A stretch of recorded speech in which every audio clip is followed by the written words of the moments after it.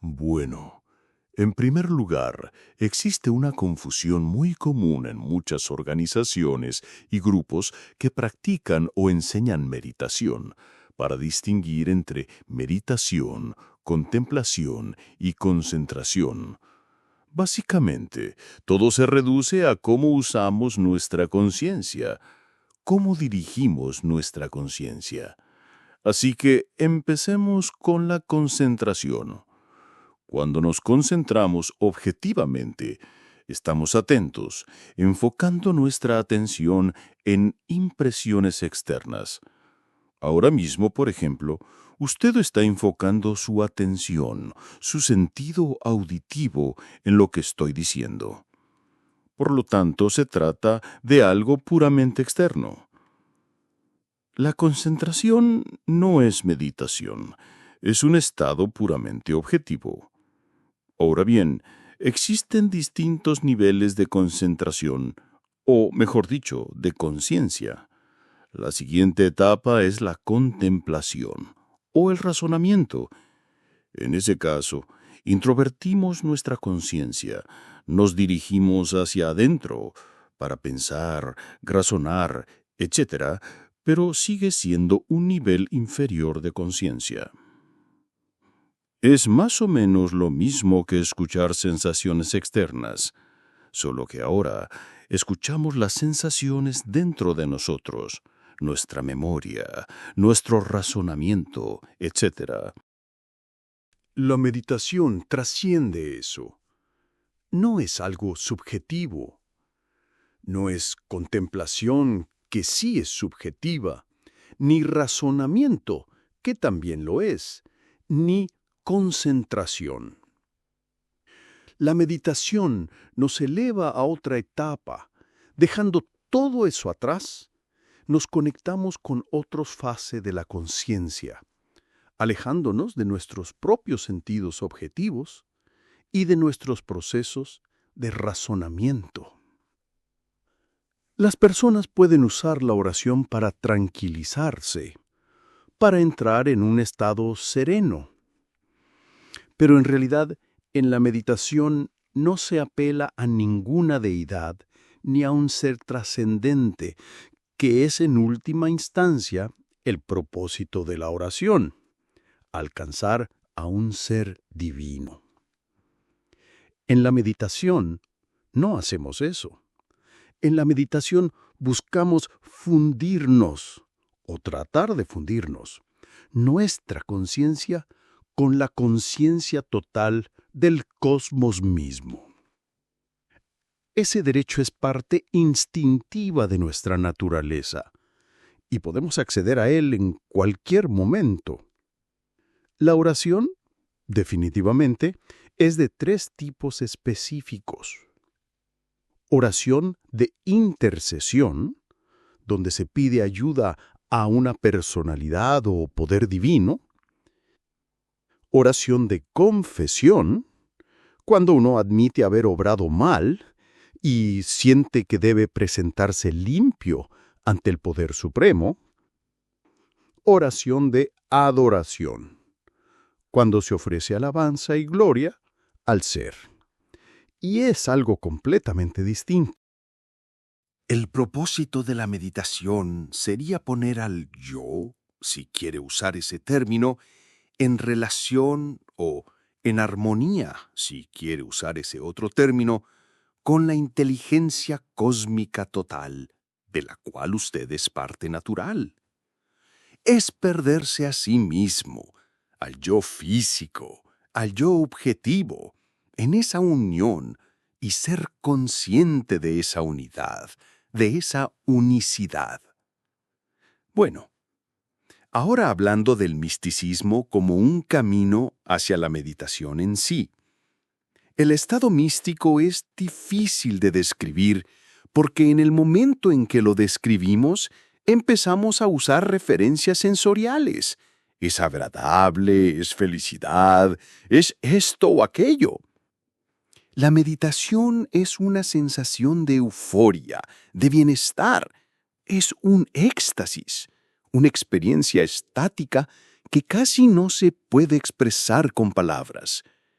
Lo que se experimenta es un sentido de unidad completa, de desprenderse de todas las tribulaciones, preocupaciones e intentos de reducirlo todo a algo finito. Uno se siente en unidad, parte de todo, pero sin agitación alguna, en imperturbabilidad. Es como cuando alguien le pregunta, ¿qué experimentaste en el atardecer? Y no se puede responder hablando de colores, porque eso es puramente objetivo. Uno dice, fue algo emocional. Bueno, esto también es emocional, pero de un nivel superior. No es miedo, no es ansiedad, es un placer puro. Entonces, parece haber una especie de contradicción, porque, por un lado, es una experiencia dinámica y activa, y al mismo tiempo es de completo reposo, paz y unidad. Sí, existe un término llamado silencio dinámico en relación con la meditación. Suena contradictorio. Lo dinámico es activo y el silencio significa ausencia, quietud.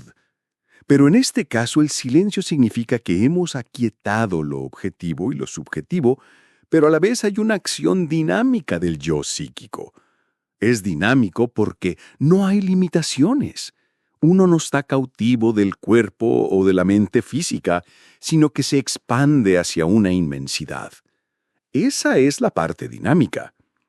Porque si solo hubiera inercia, si uno estuviera detenido, no podría meditar ni expandirse. Diría para empezar que lo que voy a decir no coincidirá con muchas otras técnicas, simplemente porque la persona promedio que busca la meditación espera que tenga que haber muchas cosas físicas u objetivas relacionadas con ella, que debe adoptar cierta postura, quizás ponerse una túnica y sandalias, y hacer todo ese tipo de cosas pensando que es necesario. De hecho, algunos maestros de meditación hacen eso porque saben que, si intentan abordarlo estrictamente desde un punto de vista intelectual o desde los verdaderos méritos de la meditación, la gente dice, bueno, no lo sé, no me convence. La gente espera algo traumático, extraño, misterioso, pero no hay nada misterioso en ello. En primer lugar, hay cierta cantidad de purificación, una especie de limpieza interior que uno mismo debe realizar. En otras palabras, hay que deshacerse de sentimientos de depresión, dejarlos de lado, de cualquier sentimiento de animosidad, odio o celos. Tanto como sea humanamente posible, uno debe purificarse de esa manera. También se debe practicar una cantidad razonable de respiración profunda.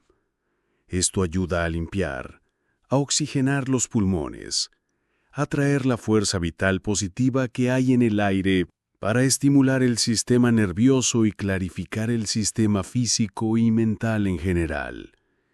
Eso es básicamente todo. Naturalmente, uno debe estar en una posición relajada. No es necesario adoptar la postura oriental de cruzar las piernas ni nada de eso. Basta con estar en una posición cómoda que no inhiba la circulación. Se debe usar ropa suelta.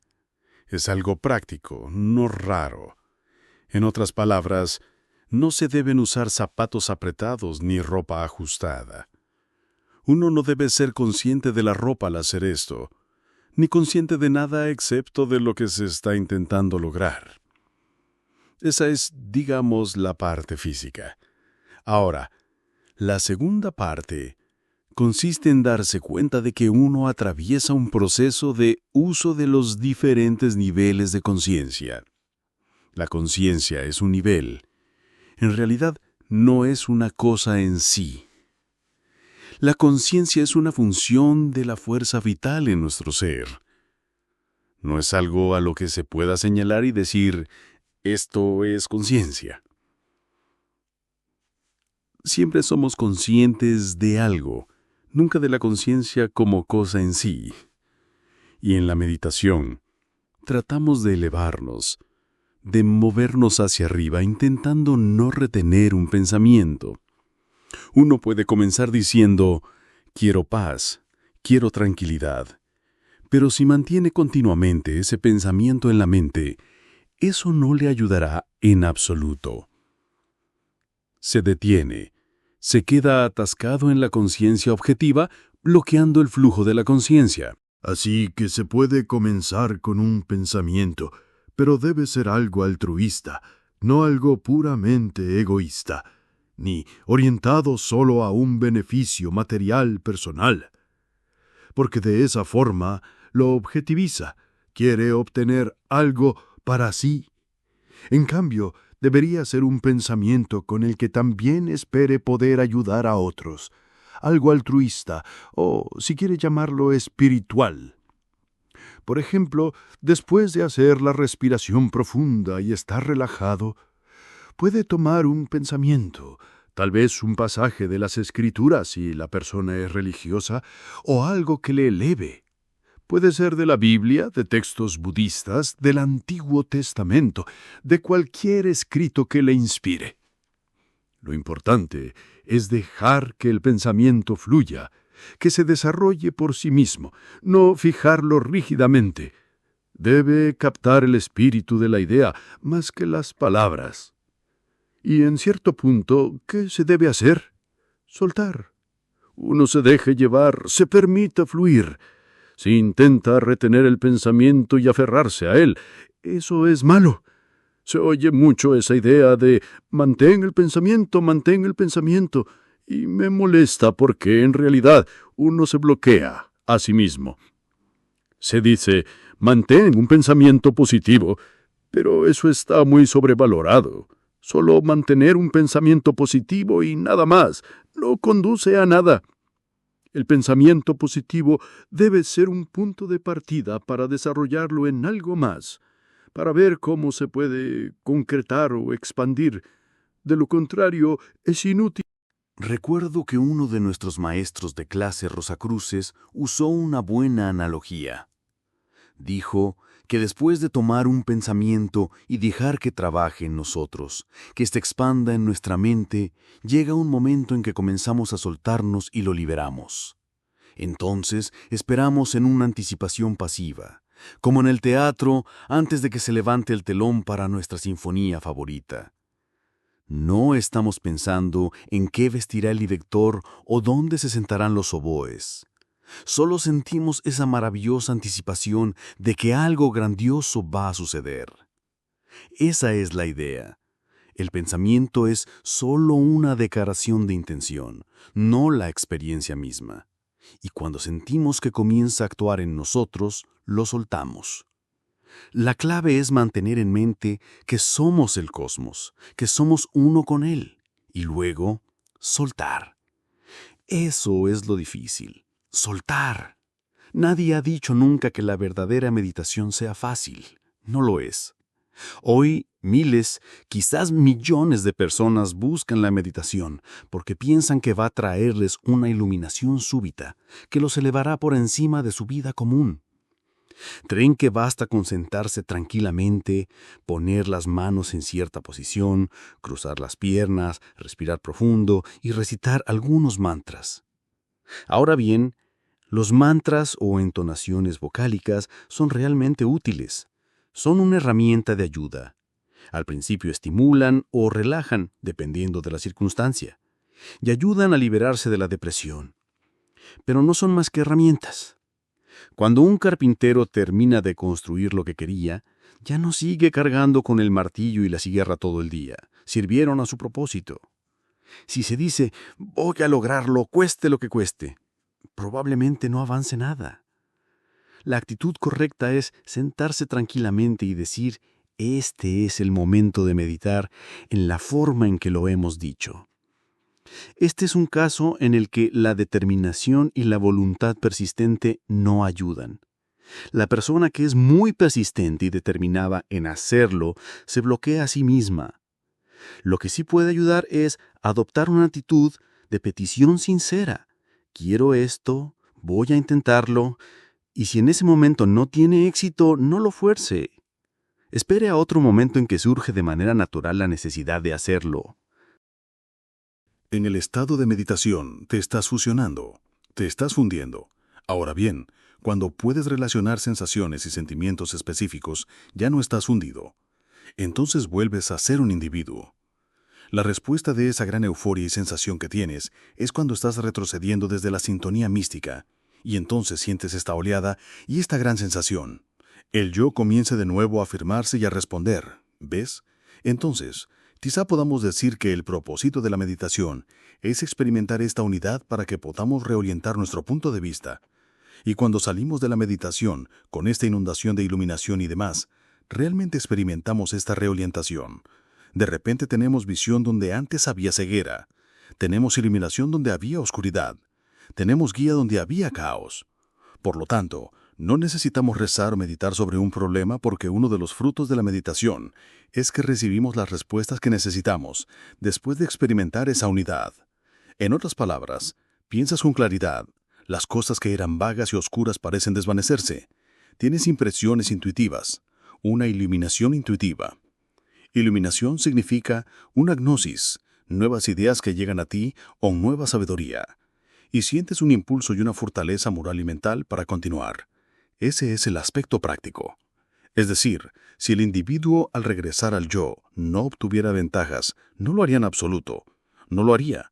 Así que hay ventajas prácticas más allá de la sensación de estar flotando en el espacio, lo cual no tiene ningún beneficio en sí.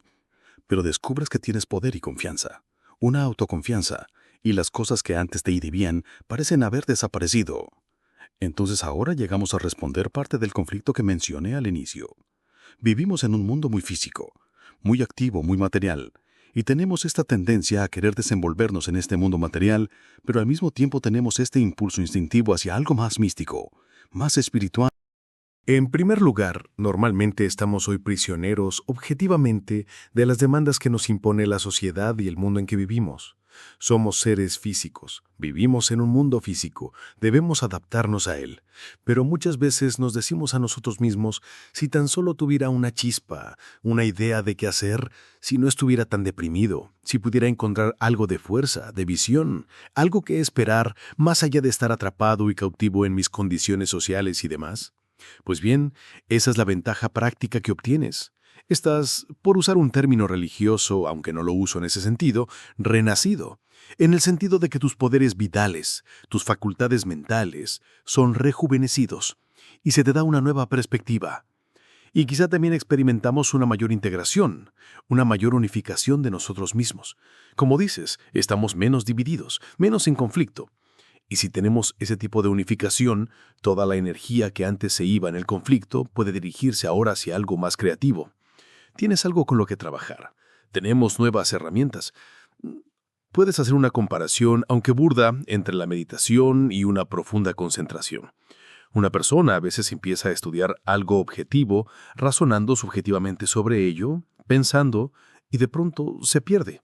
Ya no es consciente de dónde está, ni de lo que hace. Y cuando regresa, tiene una idea clara, una oleada de pensamientos que no necesariamente son el resultado de su razonamiento, porque las ideas que recibe no puede atarlas directamente a «razoné así y por eso llegué aquí». En realidad entró en un estado de meditación, se perdió allí y cuando regresó tuvo esta afluencia de ideas, que él cree que es un producto de su razón. No lo fue. Su razón fue solo un proceso subjetivo mecánico que lo llevó a elevarse en la conciencia. Y podemos entonces, estoy seguro de que tú, siendo un escritor muy prolífico y además director ejecutivo de una gran organización, si podemos llamarla así, evidentemente esto debe haberte beneficiado para realizar todo el trabajo que haces. Debes haber encontrado sin duda beneficios prácticos de estas técnicas. Creo que lo otro que todos buscamos es ese mayor sentido de unidad, que nos lleva a los beneficios místicos del uso de la meditación y la búsqueda del misticismo.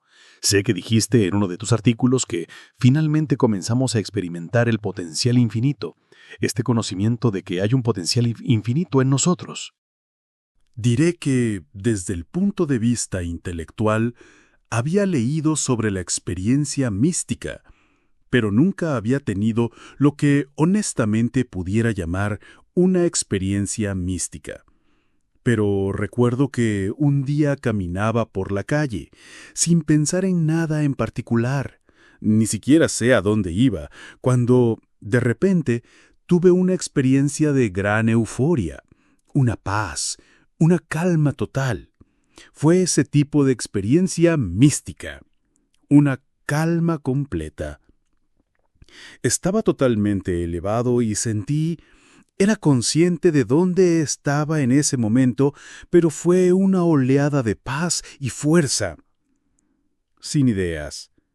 En otra ocasión, estaba estudiando tanto desde un punto de vista filosófico como místico, tratando un principio, si puedo usar el término, ¿qué es el alma humana? Estrictamente desde un análisis. Era un tema profundo y complejo y de repente simplemente se abrió. Completamente. En otras palabras, se volvió una idea totalmente evidente para mí. No digo que mi idea fuera correcta, no digo que todos la aceptarían, pero para mí era autoevidente. Y eso es lo que iluminación puede significar. Tu iluminación no es necesariamente universal, y no importa que sea universal, con tal de que sea autoevidente para ti. Nadie puede refutarlo. Es verdad para ti, y eso es lo que buscas. Yo tampoco voy a presumir de decir que he tenido la experiencia mística. He tenido el privilegio de tocar un poco los bordes de la experiencia. Pero algo que me ha ocurrido es que, cuando experimento esta unidad, señor Liso, me resulta muy difícil ahora ser tan cruel con las personas como lo he sido en el pasado. Me resulta difícil llevar guerra a mi prójimo. Y quizá esto sea lo que todos buscamos internamente, que hay algo más grande que nosotros y somos parte de ello. Todos somos esa cosa mayor, y cuando esa verdad se vuelve autoevidente, cuando se manifiesta y se convierten en verdad para nosotros, la vida cambia, el mundo entero cambia.